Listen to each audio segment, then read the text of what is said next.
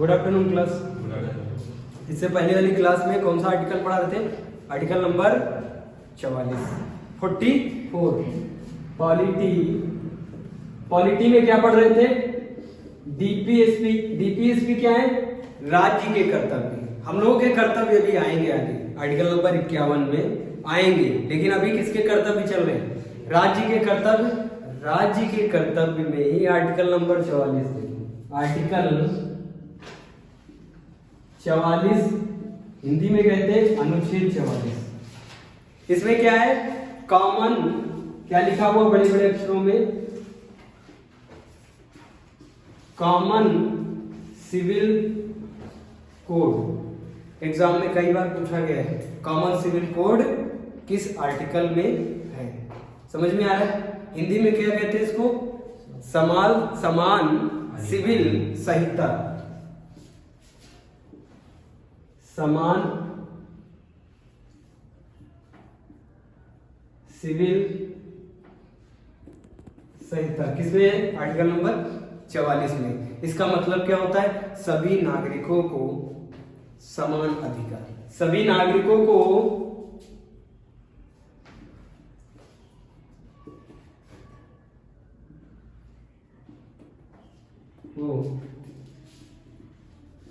समान अधिकार देना। देना किससे कह रहे हैं? देना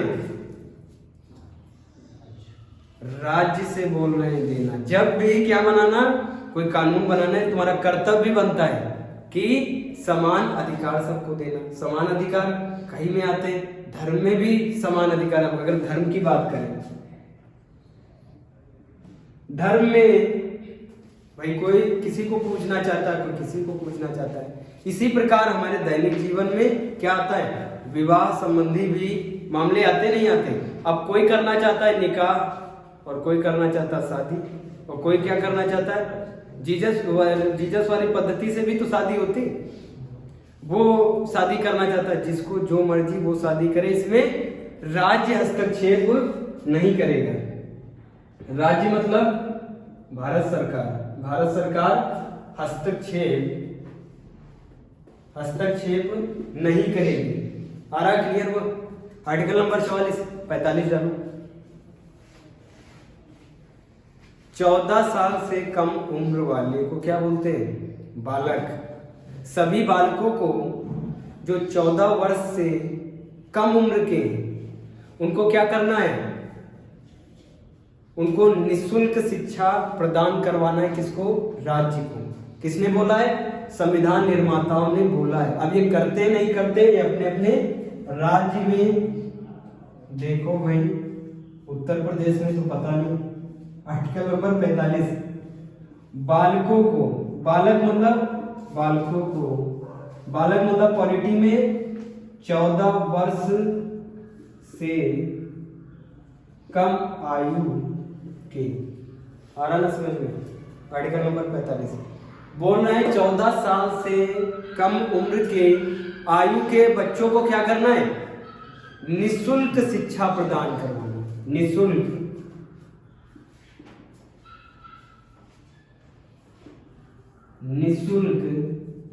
शिक्षा प्रदान कराना किसको? राज्य को। यही आर्टिकल है, यही आर्टिकल नंबर 45 है, जो आर्टिकल फंडामेंटल में भी है। याद आ रहा है? यही आर्टिकल कहीं फंडामेंटल राइट में भी लिखा हुआ है, अनिवार्य शिक्षा प्रदान कराना और निःशुल्क शिक्षा प्रदान कराना। और यही किसमें है? डीपीएसपी में भी। याद रहेगा ना? आर्टिकल नंबर 45 क्या कहता है? निःशुल्क व अनिवार्य शिक्षा प्रदान कराना। निःशुल्क शिक्षा व अनिवार्य। अनिवार्य का मतलब समझते हो ना? कंपलसरी। किसको कंपलसरी शिक्षा मिलनी चाहिए? बच्चों को 14 वर्ष की आयु से कम वालों को, क्योंकि 14 के बाद तो वो अपने मन के हो जाते हैं। अब उनकी इच्छा है कि शिक्षा प्राप्त करते नहीं करते, लेकिन 14 से कम उम्र वालों को क्या कराना है? शिक्षा तो प्रदान कराएगी राज्य, लेकिन कंपलसरी किससे बोल रहे हैं? उनके पिताजी से बोल रहे हैं, उनके माता पिता से बोल रहे हैं कि उनको शिक्षा दिलवाओ, कंपलसरी है। कौन बोल रहा है? संविधान निर्माताओं ने बोला है किससे? राज्य से बोला है। राज्य किससे बोलेगा? उनके माता पिता से कि भैया क्या करो, शिक्षा प्रदान करो। किसमें लिखा हुआ है? डीपीएसपी में। डीपीएसपी में भी किस आर्टिकल में? आर्टिकल नंबर 45 में। आर्टिकल नंबर 45 के बाद कौन सा आएगा? 46। Article number 76।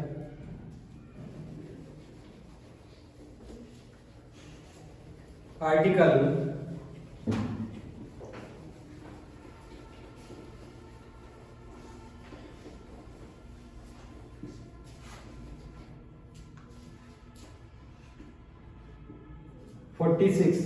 46 में क्या लिखा है? SC ST OBC, SC ST, schedule caste, schedule tribe और OBC वीकर सेक्शन वालों को, अभी जर्नल में भी तो वीकर सेक्शन आने लगा, तो ये भी तो आ जाएगा। अपडेट हो गया नहीं हो गया? ध्यान से देख सुनना। आर्टिकल 46 बहुत इंपॉर्टेंट है, कई सारे एग्जामों में पूछा जा चुका है। अगर हम लिखे ST तो फुल फॉर्म लिखने की जरूरत है क्या?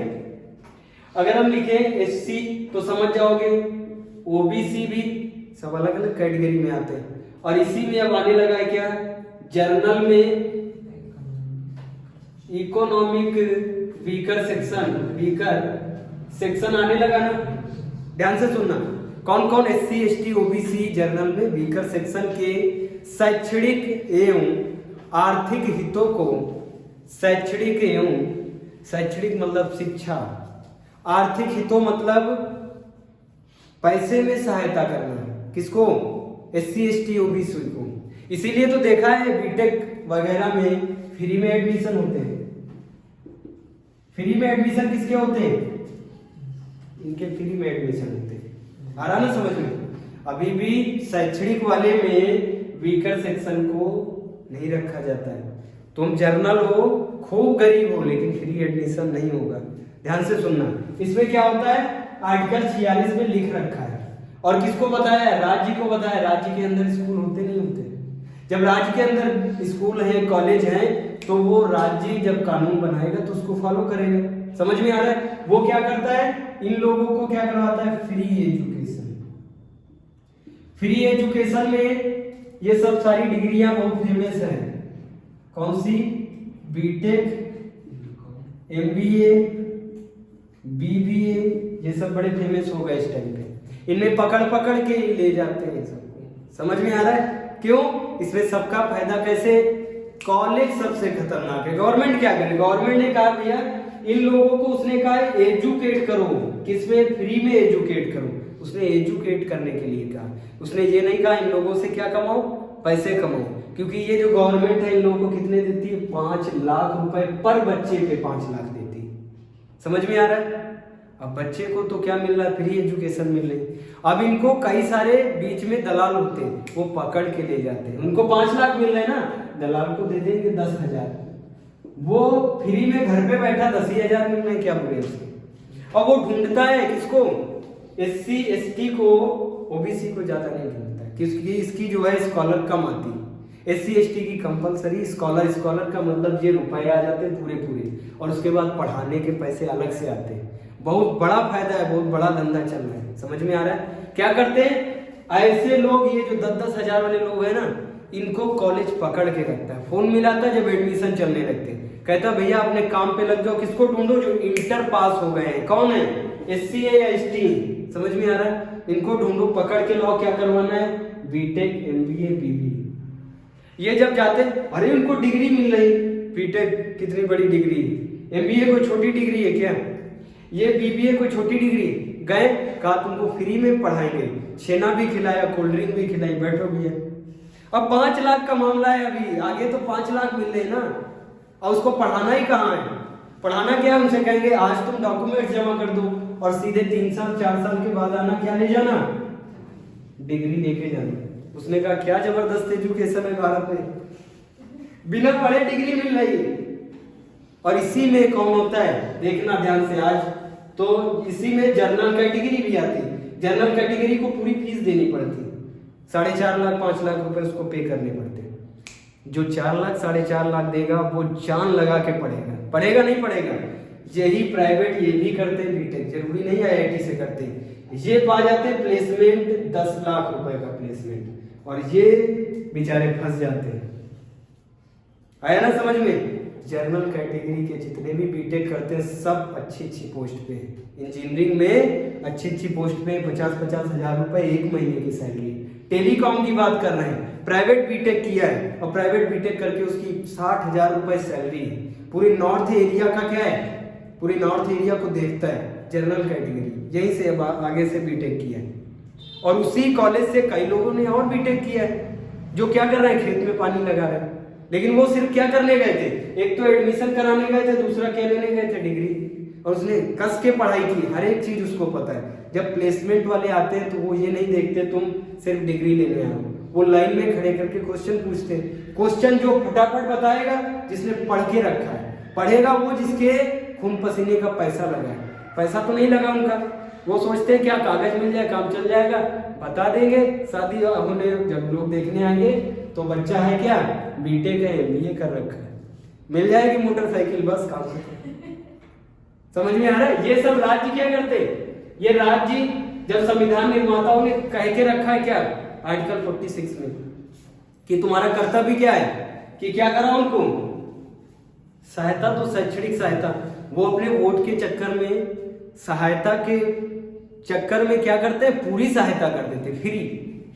अगर इसमें ना इनको 10,000 20,000 भी देने पड़े तो ये कायदे से पढ़ाई करेंगे। लेकिन जब जीरो पे हैं, जीरो के साथ साथ पैसे भी मिलते हैं। फीस तो नहीं पड़ती, लेकिन अगर जो बीटेक कर रहा है ना उसको क्या करते हैं, जॉब के नजर से देखते हैं। उनकी कमाई भी 80,000 1 लाख रुपए की हो जाती है।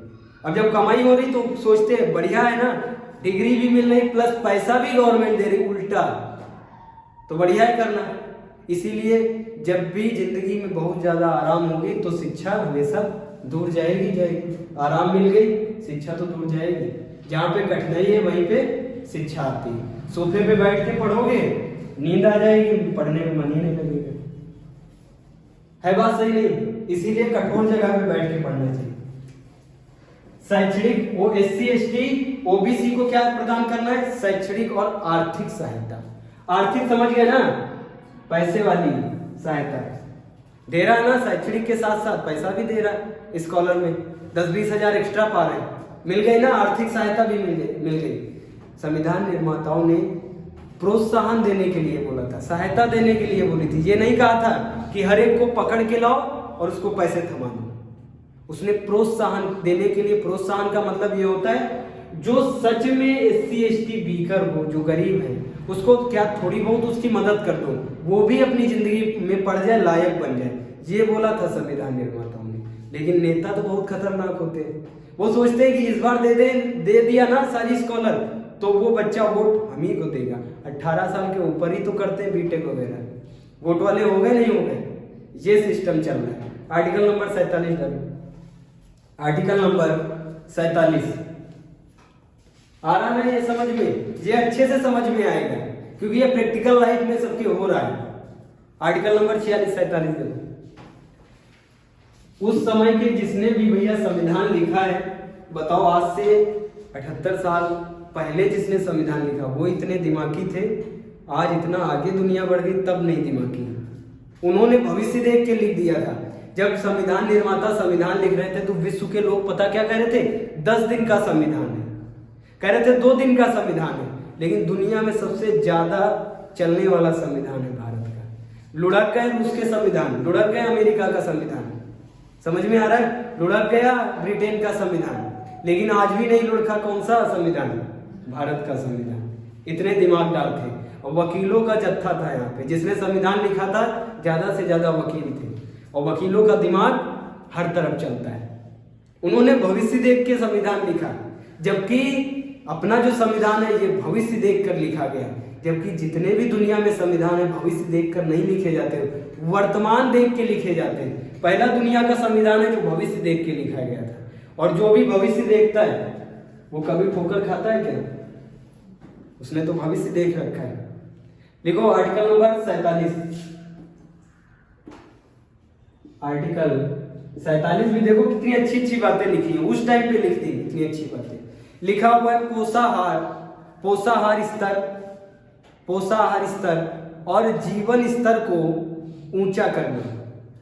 पोषाहार स्तर और जीवन स्तर को ऊंचा करना तथा लोक स्वास्थ्य का सुधार करना। ये भी पूछा गया है। पोषाहार एवं जीवन स्तर को ऊंचा करना। पोषाहार का मतलब समझते हो? अरे बायोलॉजी में पढ़ा रहे हैं ना, डाइट, वो भी कौन सी? Balance diet. बैलेंस डाइट इंसान को मिले तो इतनी जल्दी रोग नहीं लगेगा, भूख नहीं लगेगी, जिंदगी धीमे धीमे चलती जाएगी, नहीं चलती जाएगी। कह रहे सरकार का कर्तव्य है क्या? पोषाहार प्रदान करें। पीडीएस सिस्टम देखा है, अनाज मिलता है ना, कौन सा? गेहूं मिलता है, चावल मिलता है। क्या दे रहे हो तुमको? गेहूं में कार्बोहाइड्रेट दे रहे हैं, चावल दे रहे हैं, आजकल तेल दे के क्या दे रहे हैं? फैट दे रहे हैं।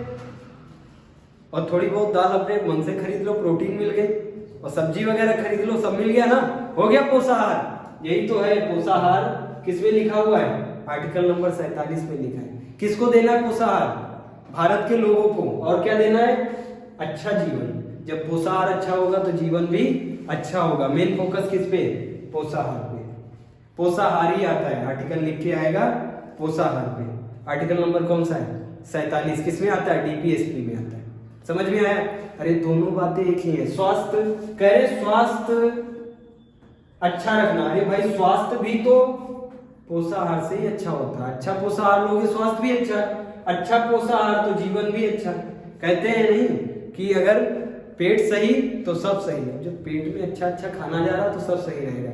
मरना तो सबको है। आर्टिकल में कहीं ये नहीं लिखा है कि मरने से बचा लेना, क्योंकि मरना तो सत्य है भाई, मरना तो पड़ेगा ही। लेकिन जब तक जीवन है तब तक कैसा जीवन रखो? अच्छा जीवन रखो। और वो अच्छा जीवन कैसे मिलेगा? अच्छे खाने से मिलेगा, एक्सरसाइज से मिलेगा। एक्सरसाइज को जबरदस्ती कैसे करवाएं? भाई जिसका मन है अनुलोम विलोम एक्सरसाइज करो। Article number 48। आर्टिकल देखो छोटे छोटे याद रहेंगे ना। अरे भाई इसमें कौन से ट्रिक बनाते हैं? छोटे ही तो है, याद रहेंगे। आर्टिकल नंबर 48 देखो, कृषि और पशुपालन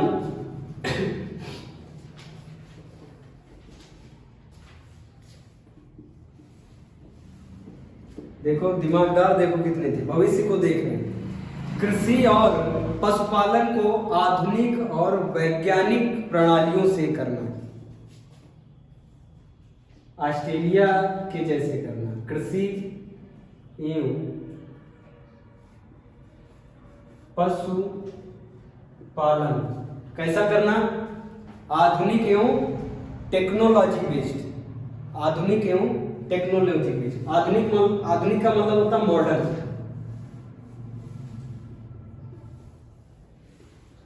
आधुनिक एवं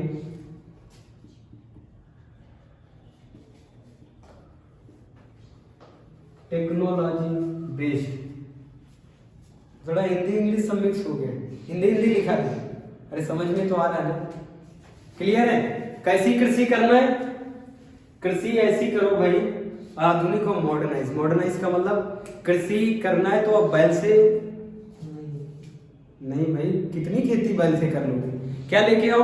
ट्रैक्टर बुलवा लो, खेत में एक दो घंटे में निपटा देगा पूरा खेत। वो क्या हो गया? मॉडर्नाइज हो गई, मॉडर्नाइज खेती हो गई। और आधुनिक खेती हो गई मॉडर्नाइज। उसके बाद क्या कह रहे हैं? आधुनिक एवं टेक्नोलॉजी बेस्ड। जब मॉडर्नाइज होगा तो टेक्नोलॉजी होती टेक्नोलॉजी समय के हिसाब से ही अपडेट होती। समय के हिसाब से टेक्नोलॉजी बेस्ड करो। टेक्नोलॉजी बेस्ड का मतलब ट्रैक्टर से खेती करो, अच्छा टेक्नोलॉजी लाओ। अच्छी टेक्नोलॉजी मतलब भाई पहले क्या होता था जो धान वगैरह होते थे वो पहले निकाले जाते थे, उसके बाद बसाए जाते थे। और अब क्या होता है?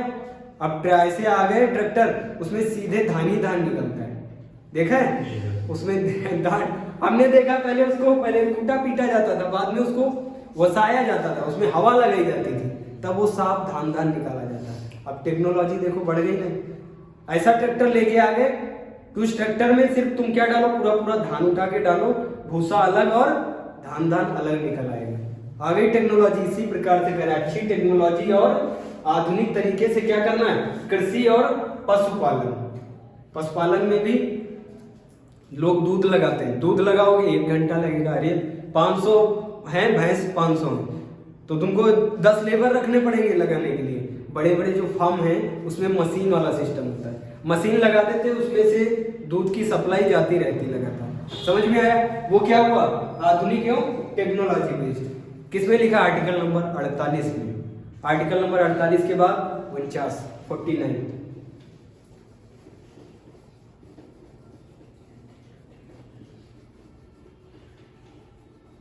आर्टिकल नंबर 49 लिखो। राष्ट्रीय महत्व के घोषित मोनोमेंट्स को क्या कहते हैं हिंदी में, संस्मारक, स्मारक या संस्मारक।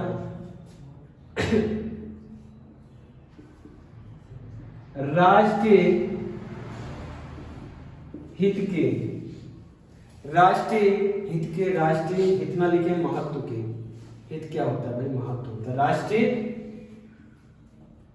महत्व वाले स्मारक, संस्मारक, कंफ्यूज ना होना, इसी का नाम है। इसी को इंग्लिश में क्या कहते हैं, मोनूमेंट्स वगैरह को क्या प्रदान करना है, संरक्षण प्रदान करना है। संरक्षण प्रदान कौन करेगा, राज्य करेगी। उस टाइम का बाबर ने कुछ बनवाया, बाबर अकबर ने बनवा दिया। अब संविधान निर्माता क्या करें, कोई संकी तानाशाह आ गया, वो तुड़वाने लगे, कह रहे तुड़वाना नहीं है, क्या करना है, इसको संभाल के रखना है, संरक्षण करना है। किसका संरक्षण, मोनूमेंट्स का संरक्षण। जो लाल किला है वो क्या हम लोगों ने बनाया है, ये जो लखनऊ यूनिवर्सिटी हम लोगों ने बनाई, अंग्रेजों की बनवाई हुई, मुंबई यूनिवर्सिटी अंग्रेजों की बनाई है। अब हम लोग ये सोचे कि अंग्रेजों ने बनवाया, उन्होंने हमको गुलाम भी बनाया, तोड़ डालो सब। ऐसा नहीं करना, वो सब किस में आते, मोनूमेंट्स में आते हैं। ये जो चीजें, लाल किला है और भी कई सारी पर्यटन वाली चीजें हैं जो अंग्रेजों ने बनवाई या फिर किसने बनाई, अकबर बाबर ने बनवाया, उनको तोड़ना नहीं है। क्या करना है, संरक्षण प्रदान करना है। किसको, राज्य को। राज्य किससे कहता है, यही लोगों से कहता है। जब लोगों से कहता है तो ये क्या बन जाता है, मूल कर्तव्य बन जाता है लोगों का। ये भी अभी देखेंगे आगे। समझ में आ रहा है? आर्टिकल नंबर 49 क्लियर है। Article number 50 done. Article number 50, article number 50। खुश हो जाओ भाई, आर्टिकल सारे निपटा दिए, 51 तक ही पढ़े जाते हैं, बाकी के छुटपुट sub article. Article number 50, article number 50 में क्या लिखा है, राज्य की लोक सेवा में न्यायपालिका और कार्यपालिका को पृथक करना। पृथक मतलब अलग अलग करना। राज्य की लोक सेवा में, ध्यान से सुनना, राज्य की लोक सेवा, राज्य में कौन रहते हैं, लोग रहते हैं, और उनकी सेवा कौन करती है, सरकार करती है। ध्यान से सुनना, 2 प्रकार की सरकार होती है। एक तो जज साहब के सामने जब खड़े होते हैं तब कहते हैं सरकार, और एक किसको कहते हैं सरकार, मोदी जी को कहते हैं सरकार। हो गई 2 सरकार। कहते हैं दोनों लोग अलग अलग तरीके से काम करें। जो सुप्रीम कोर्ट है वो क्या काम करे, सजा सुनाने का, न्याय देने का, और ये लोग क्या काम करें, पॉलिसी बनाने का। कहते हैं ये कर्तव्य है किसका, राज्य का, संसद का ये कर्तव्य बनता है डीपीएसपी के थ्रू की क्या करे, दोनों के कार्य को पृथक करे, दोनों के कार्य को अलग अलग करे। किसके कार्य को, न्यायपालिका और राज्य की लोक सेवा में कार्यपालिका। अभी कार्यपालिका नहीं समझ में आ रही है, दूसरा आएगा ना आगे टॉपिक, उसमें कार्यपालिका बिल्कुल डिटेल में। कार्यपालिका और न्यायपालिका के कार्यों को पृथक करना किसमें लिखा है, आर्टिकल नंबर 50 में लिखा हुआ। ये कार्यपालिका पता कौन होती है, जो जीते हुए संसद में जीते हुए कैंडिडेट होते हैं, जीते हुए कौन? मोदी जी, पीएम कौन है? मोदी जी, और मोदी जी की टीम पूरी, उसको क्या बोलते हैं? कार्यपालिका। समझ में आया? वो क्या होती है? कार्यपालिका। पूरी मिनिस्ट्री, मोदी जी के साथ साथ पूरी मिनिस्ट्री को क्या बोलते हैं? कार्यपालिका। इसका नाम ही देखो क्या? कार्यपालिका। ये क्या करेगी? देश के लिए कार्य करेगी, देश के लिए कार्य करेगी और कार्य को पालन करवाएगी। किससे? लोगों से, या तो डंडे से और या फिर जुबान से। दो प्रकार से पालन करवाया जाता है। एक तो मोदी जी पहले बोलते हैं कि ये एक्ट आ रहा है, CAA कानून आ रहा है, मान जाओ। ये क्या, कैसे कहा? मुंह से कहा, पालन करवा रहे हैं। नहीं माना तो फिर क्या? डंडे से पालन होगा। समझ में आया? आर्टिकल नंबर 50 तक क्लियर है? लिखो, नोट डाउन करो। आर्टिकल नंबर 51 डालो। आर्टिकल नंबर 51 अंतरराष्ट्रीय शांति को बनाए रखना, अंतरराष्ट्रीय इंटरनेशनल पीस,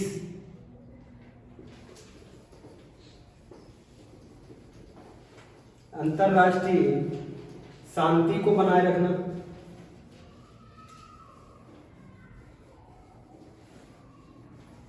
आर्टिकल 51। आर्टिकल 51 क्या है? अंतरराष्ट्रीय शांति को बनाए रखना।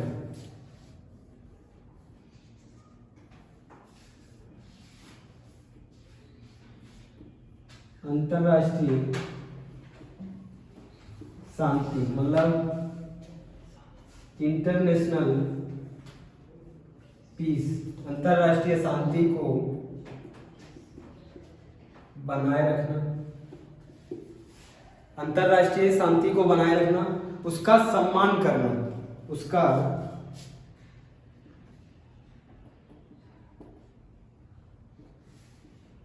सम्मान करना।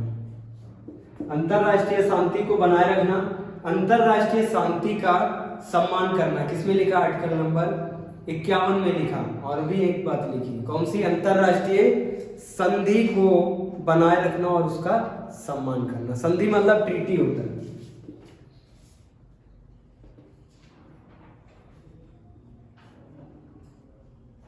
अंतरराष्ट्रीय संधि, संधि को क्या कहते हैं? ट्रीटी। संधि ना समझ में आए तो ध्यान कर लेना, जब दो लोग लड़ाई करते हैं, आपस में दो लोग लड़ाई करते हैं तो फिर क्या होता है? सुलह समझौता होता है। आम इंसान क्या कहता है? सुलह समझौता। हिस्ट्री में और पॉलिटी में इसको क्या कहा जाता है? संधि कहा जाता है। और जो बड़े लोग लड़ाई करते हैं, अमीर लोग, वो क्या कराते? कॉम्प्रो कराते हैं, पूरा बोलते हैं कॉम्प्रोमाइज कराना। और जो हमारे जैसे गरीब लोग कर देते हैं लड़ाई, वो क्या करते हैं? सुलह समझौता करते हैं। पॉलिटी में, हिस्ट्री में इसी को क्या कहते हैं? संधि कहते हैं। इंग्लिश में क्या कहते हैं? ट्रीटी करना। भारत की पाकिस्तान से लड़ाई हो गई, बाद में ट्रीटी हो गई, मतलब सुलह समझौता हो गया, संधि हो गया कि भाई ना तुम हमारी एरिया में आओगे, ना हम तुम्हारी एरिया में जाएंगे। लेकिन भारत का कोई इंसान हो खतरनाक, वो 2 कदम उनके नीचे से तार निकल जाए और पहुंच जाए कहां पे? पाकिस्तान। तो बताओ उस इंसान ने क्या किया है? संधि का उल्लंघन किया? नहीं किया। ये ऐसा नहीं करना है। किसने बताया है? आर्टिकल 51 में। बजरंगी भाईजान को ऐसा नहीं करना चाहिए था, जबकि आर्टिकल 51 में लिखा है, उन्होंने किया है। यहां तक क्लियर है? अब देखो 51 में ही मूल कर्तव्य, इसी 51 में ध्यान से सुनना, पहले मूल कर्तव्य नहीं थे संविधान में। पहले मूल कर्तव्य थे नहीं, किसी की इच्छा भी नहीं थी रखने की। लेकिन रूस में एक बार गए लोग टहलने, वहां पे मूल कर्तव्य को देखा। कहां पे? रूस में देखा। रूस में कौन से संविधान में? जो आज संविधान रूस में है, इसमें नहीं, पुराने वाले संविधान में। क्या देखा? लोगों के मूल कर्तव्य देखे। कहां पे? रूस में। यहां आके भारत में बताया कि वहां पे मूल कर्तव्य होते। तो भारत के दिमाग में आया और इंदिरा गांधी ने सोचा कि हमको भी क्या करना चाहिए? मूल कर्तव्य रखने चाहिए। 1976 में 42वें संविधान संशोधन, अब नहीं समझ में आएगा तुम्हारे संविधान संशोधन क्या होता है। मान लो, ध्यान से सुनना, हम गिनतियों का निर्माण कर रहे हैं, नंबर्स का। हमने लिख दिया 1 3 4 5 6, ऐसे हमने गिनती बना दी। फिर कोई आया हमसे कहने लगा कि ये तुम सही नहीं लग रहा है, इसमें एक और डिजिट होना चाहिए। कौन सा? 2 होना चाहिए। तो हम क्या करेंगे, इसमें संशोधन करेंगे और 2 रख देंगे। समझ में आया? इसी प्रकार संविधान पहले बन गया था। फिर लोगों के समझ में आया, अरे थोड़ी सी गलती है, सुधारने को ही क्या कहते हैं? संशोधन कहते हैं। जब संविधान में सुधार होती है तो उसको क्या बोलते हैं? संशोधन बोलते हैं। इंग्लिश में क्या कहते हैं? अमेंडमेंट्स। आया ना समझ में? कब किया? 42वीं गलती सुधारी, 42वीं सुधार है। और कब की गई है सुधार? 1976 में। जब सुधार करोगे तो कुछ ना कुछ उसमें डालोगे, तो डालने में क्या डाला? मूल कर्तव्य। अब समझ में नहीं आ रहा मूल कर्तव्य, क्योंकि आर्टिकल 51 के बाद आर्टिकल 52 बन चुका है। आर्टिकल 51 के बाद 52 तो बन चुका है, पूरे आर्टिकल बन चुके हैं, 395 आर्टिकल बन चुके हैं। समझ में आ रहा है? अब आर्टिकल डाले कहाँ पे, समझ में इनके नहीं आ रहा है। सोच रहे हैं 395 के आगे बढ़ेंगे तो लगेगा बड़ा लेंदी है संविधान, इसीलिए इसके बीच में ही डाल दिया। किसमें? 51 में ही संशोधन किया, 51 के काम में डाल दिया। समझ में आ रहा है? 51 तक, आर्टिकल 36 से 51 तक किसमें, किस भाग में? भाग नंबर 4 में है। नहीं, ये भी तो भाग नंबर 4 में ही है। मूल कर्तव्य किसमें आएंगे? भाग नंबर 4 में। कौन से आर्टिकल में? 51 के काम में। आया ना समझ में? देखो कैसे संविधान संशोधन हुआ, किसने किया? अरे सिंघम लेडी के समय हुआ। समझ में? सिंघम लेडी के लिए समझ में आया। अच्छा, रूस वाली कहां से लिया? मूल कर्तव्य पूछा जाता कहां से लिया? रूसी संविधान से। रूसी संविधान, रूस हमारा बहुत अच्छा मित्र है, उसी के संविधान से क्या लिया है? मूल कर्तव्य। समझ में कब आया? दिमाग में जब आया। कब आया? 1976 में। तब जब दिमाग में आया तो कहा बदलाव करना चाहिए। इस बदलाव जब किया तो किस नंबर का बदलाव है? 42वें नंबर का बदलाव है। किस डेट में हुआ? 1976 में हुआ। बदलाव को ही संविधान में क्या कहते हैं? संशोधन कहते हैं। बदलाव जब किया तो बदलाव करके क्या डाल दिया? मूल कर्तव्य। मूल कर्तव्य को इंग्लिश में क्या कहते हैं? Fundamental duties. Fundamental duties, fundamental duties, ये सब आ सकता है एग्जाम में। कब, कहां से लिया? 42वें संविधान संशोधन के द्वारा 1976 में संशोधन किया। किसमें डाला? सारे आर्टिकल लिखे जा चुके थे तो 51 में ही इसको संशोधन कर दिया। 51 तक पढ़ा, 51 के काम में डाल दिया। कितने डाले? 10 मूल कर्तव्य बनाए। कितने? 10 बनाए। और उसके बाद 2002 में कितने पहले मूल कर्तव्य थे? 10 मूल कर्तव्य पूछा जाता है। मूल संविधान में कितने? 10। स्टार्टिंग में कितने? 10। 2002 में फिर समझ में आया, जो 2002 में सरकार थी, किसकी सरकार थी 2002 में? उनको समझ में आया कि एक चीज तो हम रखना ही भूल गए। क्या? अनिवार्य शिक्षा। किसको अनिवार्य शिक्षा? पिता का कर्तव्य। देखो यहाँ पे पिता को भी नहीं छोड़ा। पिता का कर्तव्य क्या है? बच्चे को क्या दिलाना? शिक्षा दिलाना। ये किसमें डाला? 11वें मूल कर्तव्य में। तो कितने आज मूल कर्तव्य? 11 मूल कर्तव्य। पहले कितने थे? 10। 11वां मूल कर्तव्य कब डाला? 2002 में। आया समझ में मूल कर्तव्य? अब कल पढ़ाएंगे एक एक मूल कर्तव्य ट्रिक से। समझ में आ रहा? ट्रिक से ABCD ट्रिक रहेगी। ABCD कितनी ABCD आ जाएंगी? 11 तक, K तक आ जाएंगी। A से लेकर K तक ABCD, और मामला फिनिश किसका? मूल कर्तव्य का। ठीक है, नोट डाउन कर लो।